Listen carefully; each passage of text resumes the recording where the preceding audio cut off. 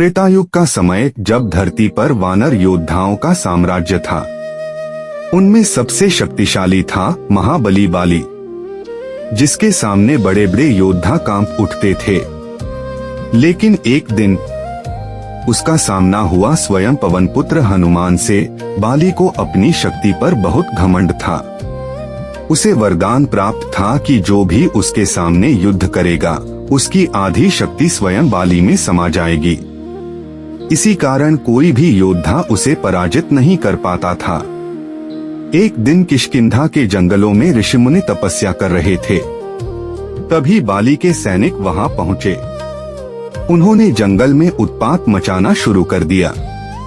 पेड़ तोड़े गए, आश्रम जलाए गए और साधुओं का अपमान किया गया। एक वृद्ध ऋषि क्रोधित होकर बोले, शक्ति का घमंड एक दिन तुम्हारा विनाश करेगा।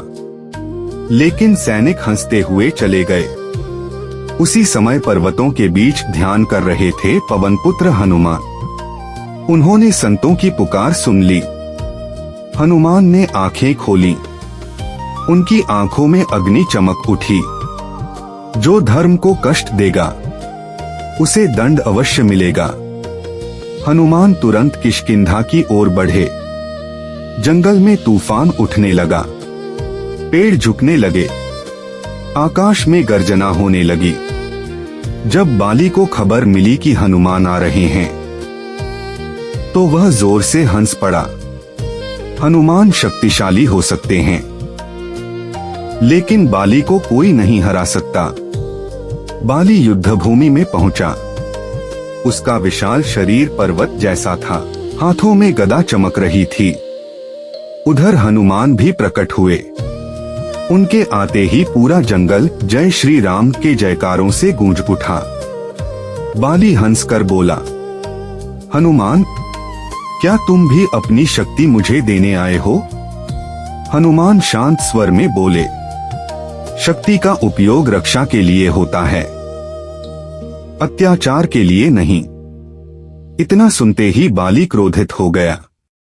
उसने अपनी विशाल गदा उठाकर हमला कर दिया। धरती कांप उठी, लेकिन हनुमान हवा में उछल गए। उन्होंने अपनी पूंछ से बाली का वार रोक दिया। दोनों के बीच भयंकर युद्ध शुरू हो गया। गदा की टक्कर से पर्वत टूटने लगे। नदियों का पानी उफान मारने लगा। आकाश में बिजली चमकने लगी। बाली बार बार हमला करता, लेकिन हनुमान हर वार रोक देते। धीरे धीरे बाली का वरदान काम करने लगा। हनुमान की शक्ति का कुछ भाग बाली में समाने लगा। बाली जोर से हंस पड़ा, अब तुम्हारी शक्ति भी मेरी हो रही है। लेकिन हनुमान मुस्कुराए। उन्होंने अपनी आंखें बंद की और बोले, जय श्री राम। अचानक उनके शरीर से दिव्य प्रकाश निकलने लगा। भगवान राम के नाम की शक्ति से हनुमान की ऊर्जा अनंत हो गई। अब बाली उनका बल अपने अंदर खींच ही नहीं पा रहा था। हनुमान ने अपना विराट रूप धारण किया। उनका शरीर पर्वतों से भी विशाल हो गया। उनकी गर्जना से पूरा जंगल कांप उठा। बाली, अहंकार का अंत निश्चित है। हनुमान ने अपनी गदा घुमाई। एक ही प्रहार से बाली दूर जाकर गिर पड़ा। पूरी धरती हिल गई। घायल बाली उठने की कोशिश करने लगा। अब उसका घमंड टूट चुका था। वह हनुमान के चरणों में गिर पड़ा। मुझे क्षमा कर दीजिए, मैं अपनी शक्ति के अहंकार में अंधा हो गया था। हनुमान बोले, सच्चा योद्धा वही है जो अपनी शक्ति का उपयोग धर्म और रक्षा के लिए करे। बाली की आंखों से आंसू बहने लगे। उसने संतों से क्षमा मांगी और अत्याचार छोड़ने का वचन दिया।